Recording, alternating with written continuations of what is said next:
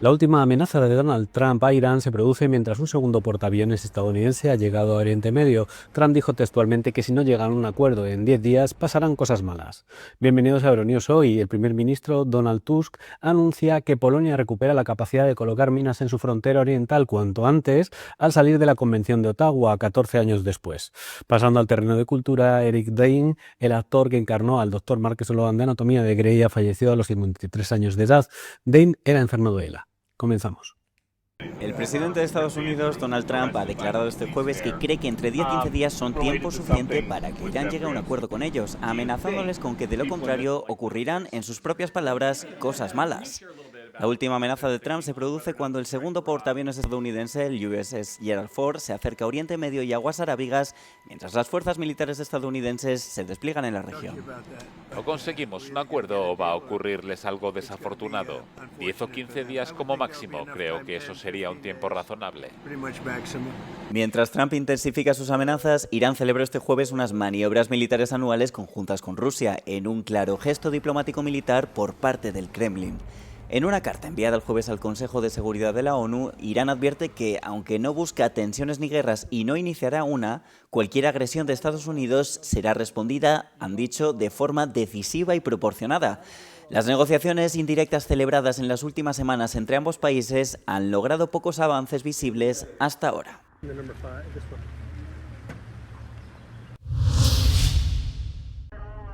Irán y Rusia han iniciado maniobras navales conjuntas en el Mar de Omán y el norte del Océano Índico. Los ejercicios comenzaron el jueves y llegan justo después de una nueva ronda de conversaciones entre Teherán y Washington en Ginebra. Aunque Irán habló de cauto optimismo, las tensiones en la región siguen siendo elevadas. A principios de esta semana, la Guardia Revolucionaria iraní realizó también ejercicios en el estrecho de Hormuz, una vía clave para el comercio mundial de petróleo. Estados Unidos, por su parte, ha reforzado su presencia militar en la zona. El presidente Donald Trump ha desplegado un amplio grupo naval al que ha descrito como una armada. En este contexto, Irán ha vuelto a advertir que puede bloquear parcialmente el estrecho de Hormuz, aunque nunca lo ha cerrado por completo. El martes, Teherán anunció restricciones temporales del tráfico marítimo por razones de seguridad durante sus simulacros. Expertos señalan que cualquier movimiento en esta área aumenta los riesgos, ya que por ella pasan rutas energéticas esenciales. El presidente de Estados Unidos, Donald Trump, prometió 10.000 millones de dólares de fondos del gobierno estadounidense para su nueva Junta de Paz en su inauguración. La Junta se centró inicialmente en la reconstrucción de Gaza, pero desde entonces ha ampliado su ámbito de actuación. Trump no especificó en qué se utilizaría el dinero. La reunión inaugural, que reunió en Washington a unas 2 docenas de aliados de todo el mundo, se produjo en un momento de escalada de tensiones entre Estados Unidos e Irán. Cada dólar gastado es una inversión en estabilidad y en la esperanza de una nueva y armoniosa. Es una región muy importante, es tan vibrante, es dinámica. La gente es increíble. Pero queremos tener un Oriente Medio armonioso. Trump puso en marcha la iniciativa después de que Estados Unidos, junto con Qatar y Egipto, mediaran en un alto el fuego entre Israel y Hamás en octubre. La iniciativa ha suscitado críticas generalizadas por su carácter impreciso, en particular por cómo funcionaría junto con instituciones existentes como las Naciones Unidas o si podría competir con ellas. Creo que las Naciones Unidas serán mucho más fuertes. La Junta de Paz supervisará a las Naciones Unidas y se asegurará de que funcionan correctamente. La Junta de Paz también se centró en la creación de una fuerza internacional de estabilización. Varios países, entre ellos Indonesia, Marruecos, Kazajistán, Kosovo y Albania, se comprometieron a enviar tropas como parte de la fuerza. La presidenta interina de Venezuela, Delcy Rodríguez, ha firmado una ley de amnistía que podría conducir a la liberación de cientos de políticos, activistas y periodistas encarcelados. Rodríguez había anunciado el mes pasado que liberaría a un número significativo de detenidos, una promesa que cada vez estaba más presionada. Durante semanas, familiares y amigos de los presos políticos mantuvieron vigilias frente a los centros de detención. y algunos organizaron huelgas de hambre y acampadas para exigir la libertad de sus seres queridos. Estábamos esperando esta noticia que de verdad motiva mucho a uno porque de las condiciones como estábamos acá era muy difícil, entonces de verdad que contento por eso. De verdad que sí, de llevar a nuestros familiares a la casa, que ellos se sientan bien, porque de verdad que ellos no merecían estar allí, porque primero no eran ni delincuentes. Entonces no es necesaria la ley de amnistía porque ellos no tienen nada que perdonarle, ellos son personas trabajadoras, honestas. La decisión supone un cambio radical para la nación sudamericana, ya que las autoridades del país han negado durante mucho tiempo que haya presos políticos. También supone un importante cambio de política desde que Estados Unidos irrumpió en Caracas el mes pasado y capturó a Nicolás Maduro.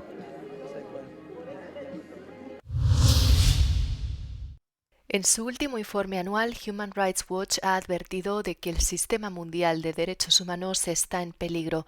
El informe afirma que el mundo ha experimentado un declive democrático en los últimos 20 años y señala a países como China y Rusia. Pero las últimas señales de alerta provienen de Estados Unidos, según ha declarado el director ejecutivo Philippe Bolopion a Euronews. And then there is the new player, the Trump administration. Y luego está el nuevo actor, la administración Trump, que ha experimentado o provocado un declive muy rápido de la democracia en Estados Unidos, pero que ahora también se está volviendo contra todo el ecosistema de los derechos humanos, toda la arquitectura del orden mundial que se construyó pacientemente en las últimas décadas desde la Segunda Guerra Mundial, y en el que nosotros, como organizaciones de derechos humanos, nos hemos apoyado para promover derechos, ya sea en el Consejo de Derechos Humanos, en la Corte Penal Internacional, con tratados o normas que contribuyen a hacer del mundo un lugar mejor, pero que ahora están bajo una amenaza sin precedentes por parte de la administración Trump. Esta amenaza, dice Bolopion, está repercutiendo en otras partes del mundo, incluida Europa. ¿Qué medidas deberían tomar Europa y los países europeos en particular para garantizar la defensa de los derechos humanos y el sistema de derechos humanos en todo el mundo? Creemos que debe provenir de una coalición de países, una coalición global de países de democracias que siguen comprometidas con el derecho internacional, los derechos humanos y la democracia, que pueden unirse para protegerse mutuamente contra Estados Unidos, contra China o contra Rusia, protegiendo este ecosistema, este orden mundial basado en normas que previene y que mantiene a raya a las superpotencias.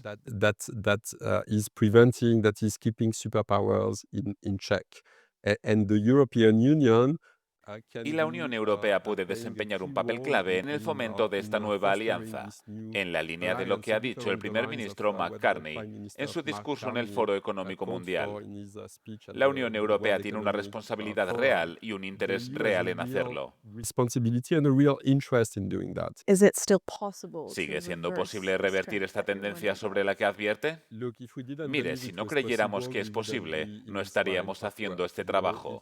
Creo que tenemos que ser claros sobre el momento en el que nos encontramos, que es un momento peligroso, un momento en el que estamos perdiendo terreno, en el que los derechos más básicos están siendo atacados en todo el mundo, pero también en Estados Unidos.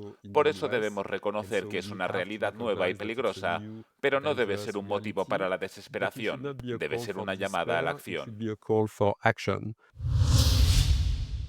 El partido gobernante húngaro Fidesz publicó en las redes sociales un vídeo generado por inteligencia artificial en el que se ve como un hombre húngaro es ejecutado en la guerra mientras su hija llora. Cuando se le preguntó sobre el vídeo, Gergely Gulyás, responsable de la oficina del primer ministro, dijo que lo que retrata es menos horrible que la realidad de la guerra. Todo lo que puedo decir es que la representación de los horrores de la guerra en los vídeos que he visto no hacen justicia a la realidad. La campaña de Víctor Orbán está sufriendo reveses antes de las elecciones de abril, debido al estancamiento de la economía y a la competencia inusualmente fuerte del partido de centro-derecha Tista. Fidesz centra su mensaje en las supuestas intenciones de sus rivales de atacar a Rusia. La televisión estatal húngara ha lanzado un programa de noticias diario titulado Los horrores de la guerra, con un estudio lleno de escombros y maquinaria de guerra quemada.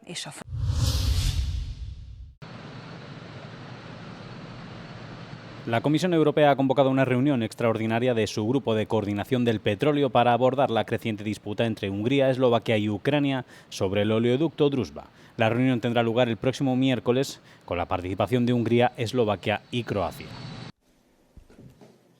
Hemos convocado una reunión ad hoc del Grupo de Coordinación del Petróleo para reunirnos y debatir el impacto de la interrupción del suministro y las posibles alternativas al abastecimiento de combustible.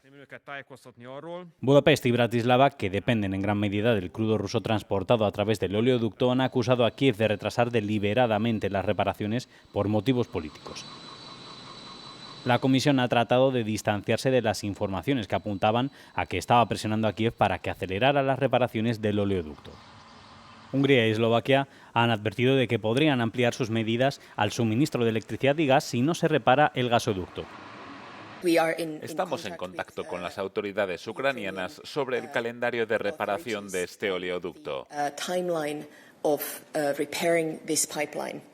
Es muy importante que esto no se malinterprete en el sentido de que estaríamos ejerciendo algún tipo de presión sobre Ucrania. La Comisión afirmó que tanto Hungría como Eslovaquia cuentan con reservas de petróleo suficientes. Sin embargo, expresó su preocupación por la situación energética general de Ucrania.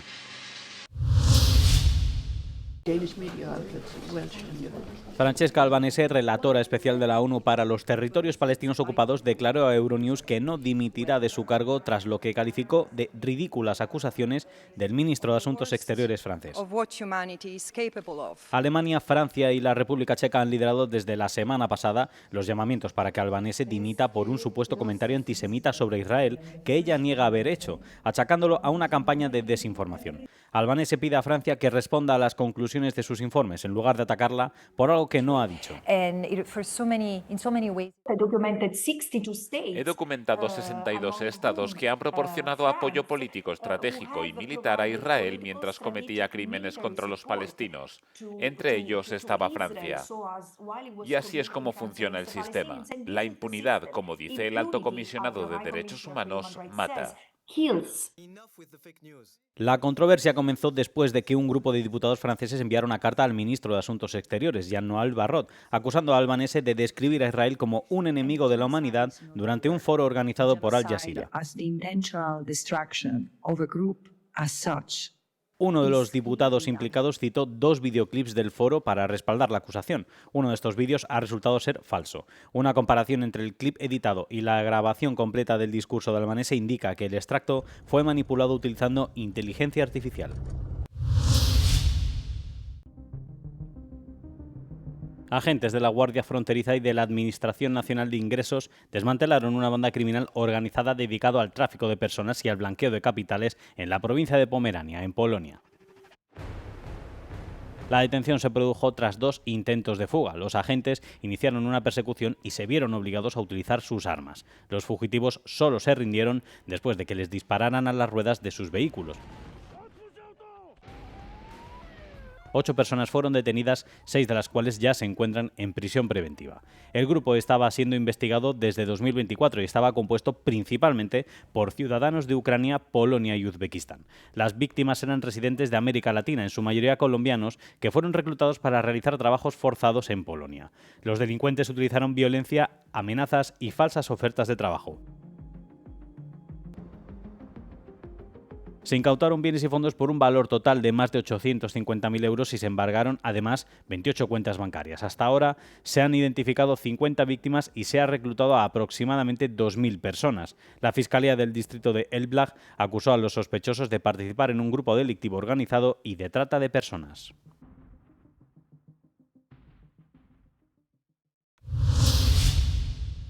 El primer ministro polaco Donald Tusk afirma que Varsovia se está preparando para minar su frontera oriental con Rusia con el fin de reforzar sus defensas en caso de amenaza.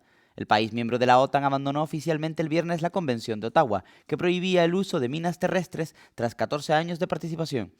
Polonia se unió a Finlandia, Ucrania y los 3 países bálticos para abandonar la Convención Internacional en agosto del año pasado, por temor a que sus países pudieran ser los próximos objetivos de Rusia en medio de su guerra contra Ucrania. Su salida les permitirá comenzar a minar de nuevo en un plazo de 48 horas para reforzar sus flancos orientales. El primer ministro polaco defendió la medida como esencial para la seguridad nacional, a pesar de las críticas planteadas sobre los peligros del uso de minas terrestres y su potencial para causar daños a la población civil. Las minas suelen colocarse en el suelo o bajo la superficie y se detonan cuando una persona o un vehículo las pisa. Las minas antipersonales se utilizaron ampliamente en Camboya, Angola y Bosnia y Herzegovina, y se sabe que causan sufrimiento a gran escala a la población civil. Las autoridades polacas afirman que tienen previsto introducirlas entre otros elementos defensivos que componen el escudo oriental, un sistema de fortificaciones mejoradas que Varsovia lleva construyendo desde 2024 en sus fronteras con Rusia y Bielorrusia. Una intensa nevada ha golpeado Moscú. Según los meteorólogos, la capital recibirá casi 2/3 de la precipitación prevista para todo el mes. La ventisca ha causado atascos y complicaciones en el transporte público. Debido a las condiciones meteorológicas adversas, los aeropuertos de Moscú han ampliado el tiempo de asistencia en tierra para retirar la nieve de las pistas y acondicionar las aeronaves. Cerca de 140 vuelos han sido cancelados o sufren retrasos. Las fuertes nevadas han sido provocadas por el ciclón volcánico Vali. Las autoridades moscovitas han declarado el estado de emergencia y cientos de quitanieves y operarios de servicios municipales trabajan en la ciudad. El viernes, la intensidad de las precipitaciones disminuirá y el ciclón se desplazará hacia el norte.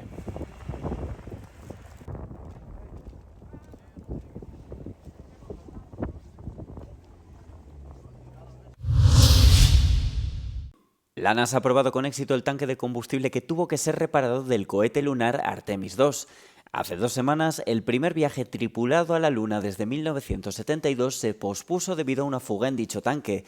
Durante la prueba actual, se cargaron 2,5 millones de litros de hidrógeno líquido en esta nave espacial de casi 100 metros de altura sin que se produjeran más fallos. La NASA solamente fijará una fecha de lanzamiento una vez que se haya resuelto este problema crítico.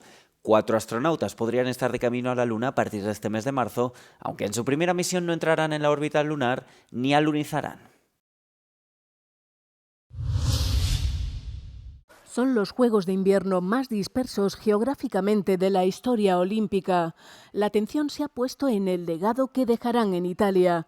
A diferencia de los Juegos anteriores que se centraban en una única ciudad anfitriona, las sedes se han repartido entre Milán y varios núcleos de montaña como Cortina, Livigno y Predazzo. El objetivo ha sido aprovechar al máximo las instalaciones existentes, realizando inversiones en infraestructuras que sirvan tras los Juegos. El legado más importante es sin duda la parte de las infraestructuras, porque es la que más se nota para quienes llegan a Cortina y también por nuestros residentes. Eso supone mejores carreteras, mejores instalaciones y incluido el nuevo remonte. Esto es algo que disfrutarán los ciudadanos, pero también quienes visitan Cortina. En Milán, el legado de los Juegos se centra en la remodelación urbana. Ahora tendremos las villas olímpicas que esperemos se transformen en residencias para estudiantes. Pero creo que el gran impacto lo tendrá en la Arena Santa Giulia porque está muy cerca del metro. En Milán y Cortina, los organizadores quieren que los Juegos impulsen inversiones y no un boom aislado de la construcción. El reconocido actor Eric Dane, famoso por sus papeles en Anatomía de Grey y Euphoria, falleció el jueves a los 53 años de edad, según informaron sus representantes. Dane murió a causa de la ELA, esclerosis lateral amiotrófica, también conocida como enfermedad de Lou Gehrig, menos de un año después de anunciar su diagnóstico. El actor estadounidense se ganó una fiel base de fans cuando llegó su gran oportunidad a mediados de la década de los 2000. Fue elegido para interpretar al Dr. Mark Sloan en la serie médica de ABC Anatomía de Grey, papel que desempeñó desde 2006 hasta 2012. Nacido en noviembre de 1972, Dane creció en el norte de California. En abril de 2025, Dane anunció que le habían diagnosticado ELA, una enfermedad progresiva que ataca las células nerviosas que controlan los músculos de todo el cuerpo. A partir de entonces, se convirtió en un defensor de la concienciación sobre la ELA. Fallos sistémicos y negación de riesgos. Así ha definido una comisión parlamentaria francesa la situación en el Museo del Louvre, tras una serie de incidentes que han puesto en cuestión la seguridad del mayor museo del mundo. 2 diputados presentaron un informe contundente en el marco de una investigación sobre la seguridad en los museos. Es muy evidente que las cuestiones de seguridad no han sido una prioridad para los equipos directivos durante varios años, y podemos decir incluso durante varias décadas. Estamos hablando del museo más grande del mundo, y cuando se dispone de recursos excepcionales proporcionados por las autoridades públicas, se requiere un control excepcional. La comisión ha cuestionado abiertamente la continuidad de la presidenta del museo. Tras el robo de las joyas de la corona el pasado octubre, ofreció su dimisión, pero el presidente francés Emmanuel Macron la rechazó. Desde la dirección del museo, el administrador general defendió la actuación del personal. De hecho, es el Louvre y los agentes del Louvre quienes estaban en alerta. Alertaron a la policía y permitieron a la policía iniciar una investigación. La próxima semana, la presidenta del Louvre y la ministra de Cultura comparecerán ante la comisión. Mientras tanto, continúa el debate sobre la seguridad en uno de los símbolos culturales más importantes del mundo. ¿Con los precios desorbitados de los inmuebles se está convirtiendo el alquiler en la nueva moda en Europa? Lo sabemos, tus padres llevan años diciéndote que compres una casa en lugar de alquilarla, porque alquilar es tirar el dinero, ¿verdad? Pues bien, los estudios demuestran que esa actitud podría estar cambiando. En primer lugar, en Europa se tarda una media de 7,3 años en ahorrar para el pago inicial, y en países como Alemania esa cifra asciende a 10. Y hay varias razones más que disuaden a la gente, algunas de las cuales poco tienen que ver con el dinero. En primer lugar, el 53% de los que no tienen previsto comprar una vivienda dicen que están perfectamente satisfechos con su situación actual. El segundo factor disuasorio no es la hipoteca. El 21% de las personas que no tienen previsto comprar dicen que es porque prefieren no tener las responsabilidades que conlleva la propiedad de una vivienda. La tercera razón es el precio real y los elevados costes iniciales, incluidos los derechos de registro y los impuestos sobre la propiedad, que en países como el Reino Unido, Bélgica y España oscilan entre el 6% y más del 8% del valor de la vivienda. Dejando a un lado las dificultades financieras, en muchos casos el alquiler es una decisión consciente influenciada por el estilo de vida. El 16% de las personas que prefieren alquilar lo hacen para tener libertad para mudarse donde quieran y cuando quieran, una tasa que se eleva al 50% en Malta, lo que refleja la gran población de residentes extranjeros del país, y al 33% en Finlandia. ¿Cómo se propagó la desinformación tras el asesinato de Quentin?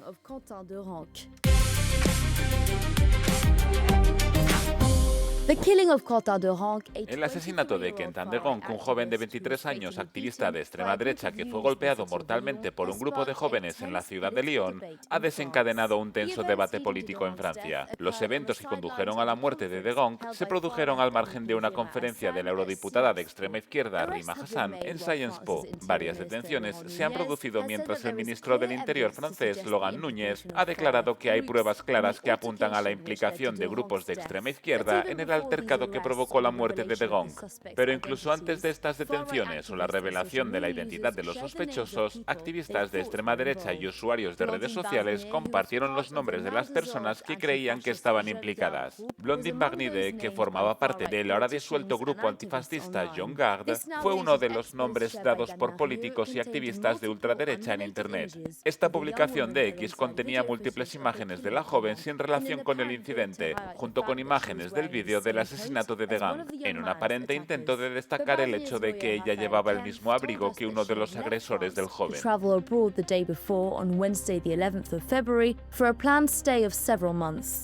Desde el ataque, diversas fotos de Quentin han circulado por Internet, pero la única foto auténtica fue publicada por su familia y apareció en el periódico francés Le Figaro. Una imagen muy compartida muestra a Dylan Guichaoua, representante de una rama juvenil local del partido de ultraderecha Agrupación Nacional. Guichaoua respondió a la publicación con un comunicado en Facebook en el que denunciaba el uso indebido de su identidad, afirmando que no tenía ninguna relación con los hechos mencionados y menos aún con el ataque y la muerte de Quentin. To the attack and death of Quentin.